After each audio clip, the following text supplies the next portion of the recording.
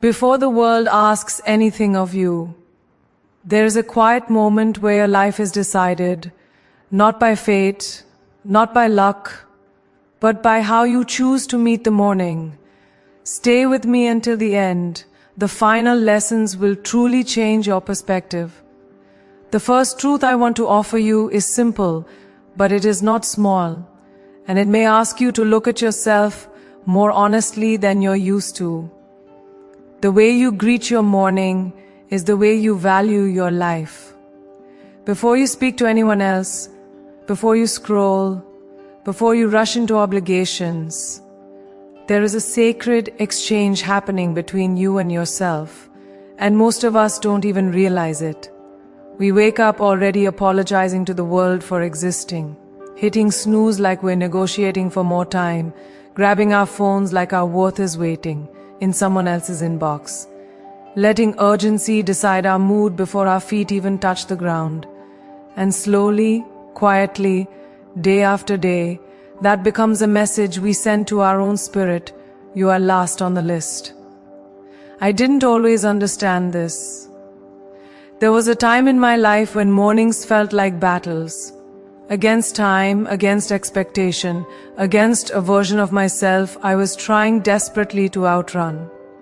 I thought strength meant pushing harder, moving faster, proving more.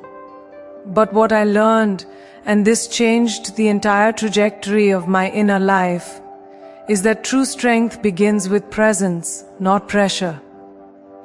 Your morning is not just a routine, it's a mirror. It reflects how much patience you give yourself, how much compassion you allow, how much respect you believe you deserve. Think about it. If every morning begins in chaos, your nervous system learns chaos as normal. If every morning begins in comparison, your mind learns scarcity. But when you choose, even imperfectly, to begin with intention, something extraordinary happens. You start to reclaim authorship over your own life. Intention doesn't mean perfection. It doesn't require an hour-long ritual or a flawless mindset. Sometimes, intention is simply sitting on the edge of your bed and taking one conscious breath before the world demands anything from you.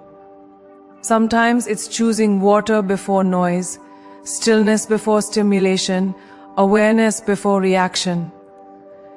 These choices may look small, but spiritually they are monumental. They are declarations. They say, I am here. I matter. My inner world deserves care.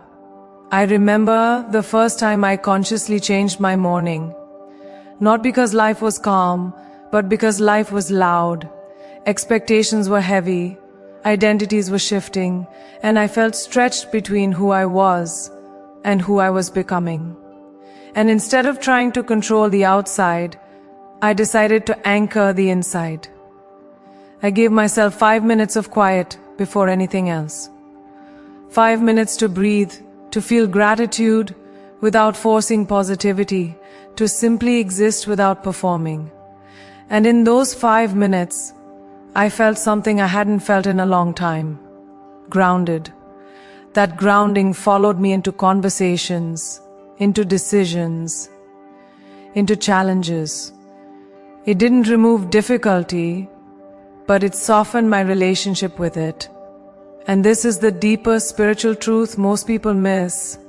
Self-respect is not loud. It doesn't announce itself. It's felt. When you respect yourself, you don't abandon yourself at the first sign of stress. You don't begin your day in self-betrayal. You show up as a witness to your own humanity. Mornings are thresholds. They are doorways between rest and responsibility, between the unconscious and the conscious. And how you cross that threshold sets the emotional temperature for everything that follows. If you run through it, breathless and scattered, your day inherits that energy. If you step through it awake, intentional, even slightly curious, your day carries that steadiness. This is not about discipline for discipline's sake. It's about devotion. Devotion to your becoming. Devotion to the version of you who is trying, even on days when trying feels heavy. You don't need to fix your whole life in the morning. You just need to meet it. Meet yourself honestly. Ask quietly, what do I need today to stay aligned? Some days the answer will be courage. Some days it will be rest. Some days it will be forgiveness. And when you listen, truly listen, you stop living reactively. You stop letting the world tell you who you need to be before you've even checked in with your own heart. That is power. Gentle power. Sustainable power. The kind that doesn't burn you out but builds you up. And here's what's important, because I don't want you to miss this. When you shift your morning, you begin to shift your identity. You start to see yourself as someone who honors their inner life. And that self-image changes how you walk into rooms, how you set boundaries, how you recover from failure. You don't need external validation as desperately, because you've already validated your own existence at the start of the day. That's why mornings are sacred across cultures and spiritual traditions.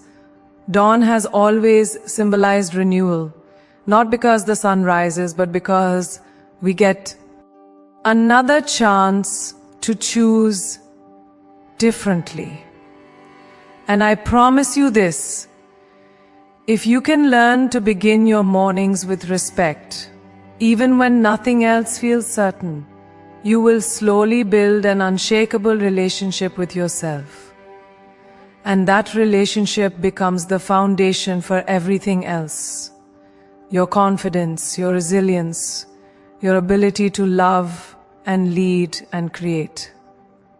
Stay with me, because the lessons ahead go even deeper. If this one opens something in you, the next truths will challenge you in ways that may feel uncomfortable but profoundly liberating. And you'll regret missing them if you stop here. This is only the beginning of the journey, the first step inward, the moment you decide that your life is not something to rush through, but something to inhabit fully, consciously, and with reverence. Starting the very moment you open your eyes, the second truth arrives quietly, almost invisibly, and that is exactly why it is so powerful. Silence is not empty, it is instructional. And if you have been avoiding it, it's not because silence has nothing to say, but because it has been trying to tell you something you're not ready to hear. We live in a world that confuses noise with progress, activity with importance, constant stimulation with aliveness. And so from the moment we wake up, we reach outward, for our phones, for headlines, for messages, for proof that we exist in someone else's awareness. But before the world speaks to you, something far more intelligent already is your inner voice. Not the loud, anxious one trained by fear, but the quiet, steady one shaped by truth. Silence is where that voice lives, and the reason silence feels uncomfortable for so many people is because it removes distraction. It takes away the background music we use to avoid ourselves. I learned this lesson during a season when everything in my life looked successful on the outside, yet felt fragmented on the inside. My days were full, my calendar packed, my phone constantly buzzing, and yet there was a strange hollowness I couldn't name. I realized I had mastered productivity, but lost intimacy with myself. So one morning, instead of filling the space, I let the space fill me. No music, no phone, just stillness. And at first, it was unbearable. My mind raced. Old worries surfaced. Unanswered questions demanded attention. But then something softened. Beneath the noise was clarity. Beneath the restlessness was honesty. Silence didn't judge me. It revealed me. That's what silence does. It doesn't punish, it uncovers. Think of silence like a mirror placed gently in front of your soul. At first, you might not like what you see, but eventually you recognize yourself again. When you sit in silence, even for a few minutes, you begin to notice patterns, how quickly your mind reaches for control, how often you replay the past or rehearse the future, how rarely you allow yourself to simply be. And in that noticing, awareness is born. Awareness is the beginning of transformation. Silence teaches you how to respond instead of react. It trains your nervous system to rest in presence rather than urgency. Spiritually, silence is not the absence of sound. It is the presence of truth. It is where intuition grows stronger, where fear loses its grip, where wisdom doesn't shout but waits patiently to be invited. Every ancient tradition understood this. Monks, mystics, seekers, they all withdrew not because they feared life, but because they wanted to hear it clearly. And you don't need a monastery or a mountain to practice this. You just need willingness. Willingness to pause before you perform. Willingness to sit with yourself without editing, without fixing, without escaping. When you start your morning in silence, you are telling your soul, I am listening. And once you listen, your life begins to speak differently. Decisions become cleaner. Boundaries become clearer. You stop outsourcing your worth to the loudest opinion in the room. You begin to trust yourself, not because you know everything, but because you are connected to something deeper than fear. Silence is where you remember who you are before the world told you who to be. And this is important, so hear this carefully. Clarity does not come from more information, it comes from less noise. Many people are overwhelmed not because they lack answers, but because they are drowning in input. Silence filters the unnecessary. It sharpens what matters. It aligns you with your inner compass. And alignment changes everything. You start to notice that you don't need to rush as much. You don't need to explain yourself as often. You don't need to prove your worth through exhaustion. That calm confidence, that grounded presence is born in silence. And here's the paradox: the more time you spend in silence, the more powerful your voice becomes when you speak. Because now your words are rooted. They carry intention. They come from awareness instead of impulse. If this truth is stirring something in you, stay with me, because the lessons ahead build directly on this foundation. And missing next ones would mean missing the moment where awareness turns into action. Silence is not a luxury, it is a necessity for anyone who wants to live consciously. Even a few minutes a day can rewire how you experience stress, how you process emotion, how you connect with others. In silence, you learn that you are not your thoughts, you are the witness of them. And that realization is freedom. When fear arises, you don't drown in it, you observe it. When doubt appears, you don't obey it, you question it. When desire calls, you don't chase blindly, you discern wisely. Silence creates space between stimulus and response, and in that space lies choice. Choice is where personal power lives. This is why silence feels threatening to a world addicted to distraction. Because silence wakes you up. It reconnects you to your inner authority. It reminds you that peace is not something you earn after success. It is something you practice before it.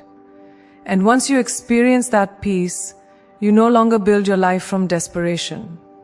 You build it from alignment. Stay with this. Don't rush past it. Let it sink in. Because the next lessons will ask you to act from this awareness, to move from inner listening to outer discipline. And if you skip ahead without mastering this step, everything else will feel forced. Silence is the ground. Everything else grows from here. And if you allow it, if you truly allow yourself to listen, you will never feel lost in the same way again. The third truth asks for honesty because it dismantles one of the biggest illusions we've been sold.